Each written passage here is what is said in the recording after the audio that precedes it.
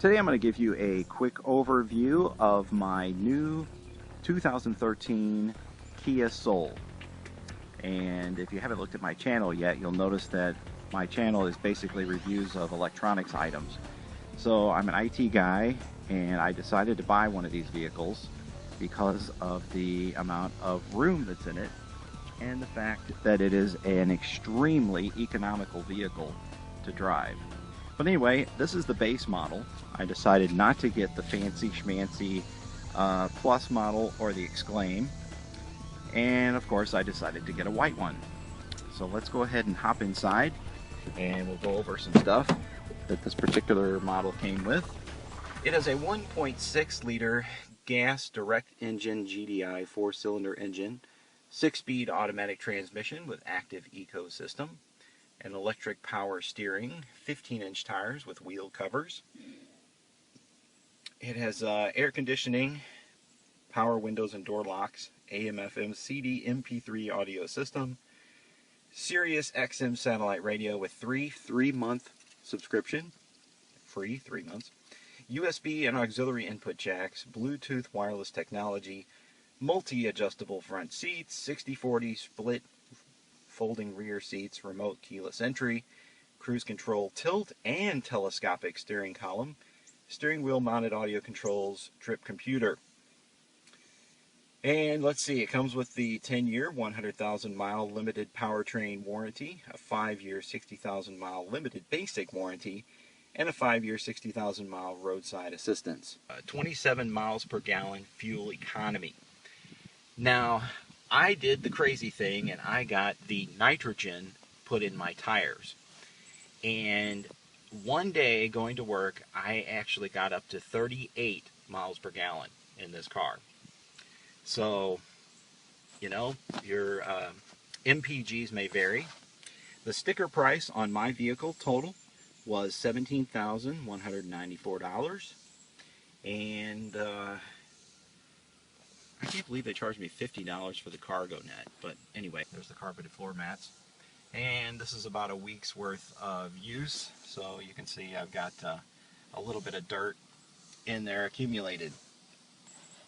So I've already moved in. I've got my holster here that I've attached to put my iPhone on, which I'm actually using to record this video. And down here you'll see you've got a input for your auxiliary, your iPod, and your USB.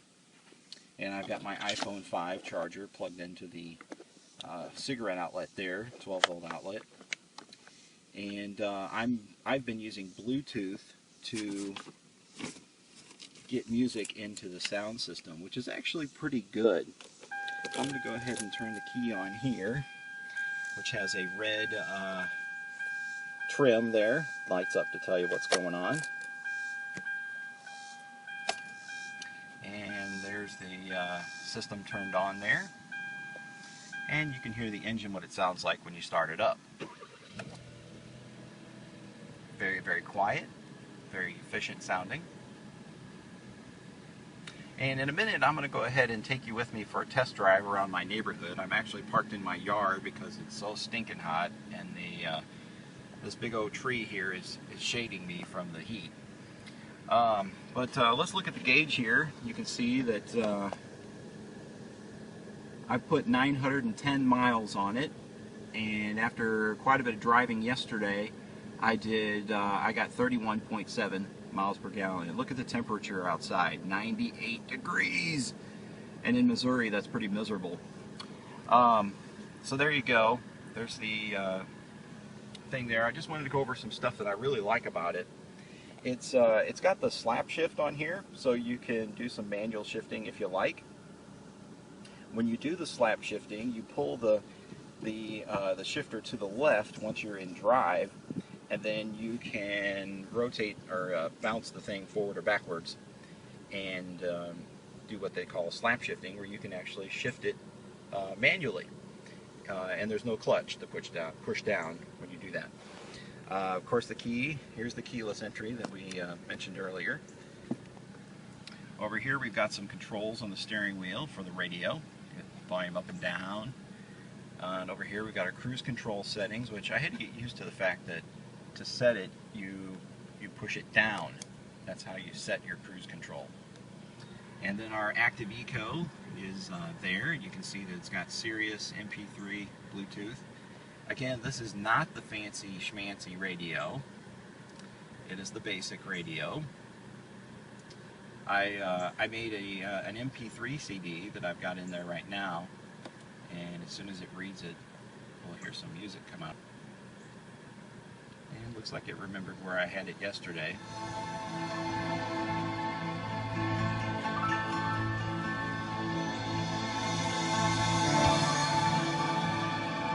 And you can see here on the door, it does not have the light up disco lights when you're playing music on it. And let's see, here's our satellite. Very clear with this press conference that they're not going to assign blame, while the Obama administration clearly said that Assad has used Corvettes, and of course Corvettes are no mystery to FM radio here.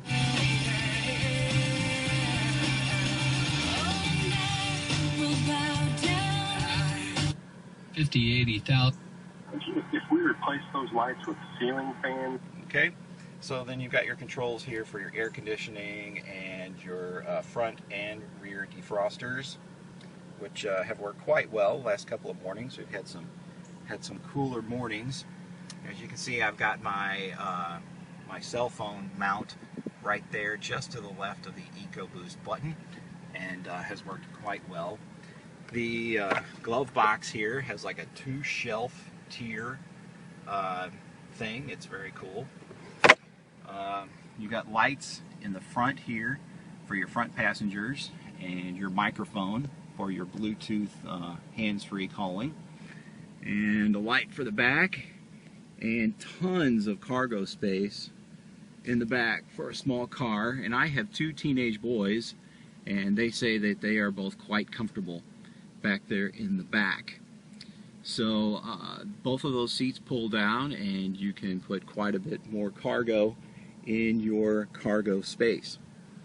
So let's go ahead and take her for a spin, and you can see I've got one little complaint about the way this thing functions, the way the car drives. But it's really like the car is trying to find its shift, and it looks like it goes into overdrive too soon. And when the car goes into overdrive so soon, then then it kind of struggles to shift. And I've only noticed this issue at low speeds, city driving as opposed to highway driving.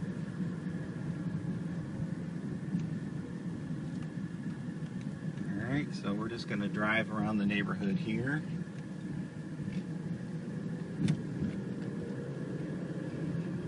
Air conditioning is very effective on this nice hot day. So I'm not sure how clear you can hear the engine noise in this car, but it's pretty quiet, other than the fact that it says, hey, you need to put your seatbelt on.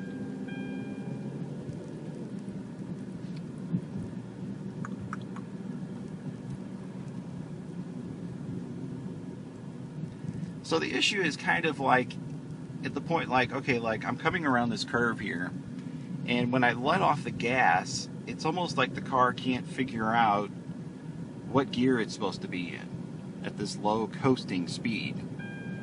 And this particular thing kind of bugs me sometimes. I'm not sure why it does that, but in any case, I did take it in. Like I said earlier, I took it into the Kia dealership, and they said, oh no, everything tests out fine. Your car is normal. It's to spec. So, very peculiar issue. I'll go ahead and put on some gas here a little bit. And again, this is the base model, so it doesn't have all the power that the Exclaim or the Plus model has. The tinting on the windows on this car is factory. I did not pay for any window tinting on the vehicle. So, do I like it? I'm really liking this car. Really liking it. I like the fact that it's a very small car that gets really good gas mileage. I think it has about I guess about a 10-gallon tank in it. So you can't, put a ton of gas in it.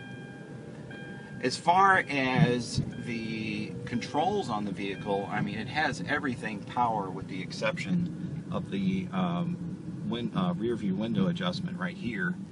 And that's a manual adjustment, but everything else is electric. Electric locks, electric windows, everything electric. So I'm pulling it back into my yard here where I can get into the shade.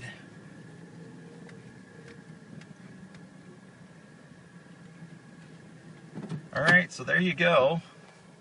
There's our small trip in the new 2013. I am buying this late in the year. This is end of August, going into September, Labor Day weekend, and again, I think it's a great investment for a car and a great price. Got some cup holders here and a little pocket here to put some stuff. And you've actually got some pockets there in the doors, so you can put some cups or sodas in there. Actually, I think they want you to put a can of soda there. But anyway, really liking the vehicle, and I hope that you'll leave some comments and let me know your experience with the 2013 Kia Soul. Again, the base model. And thank you for watching.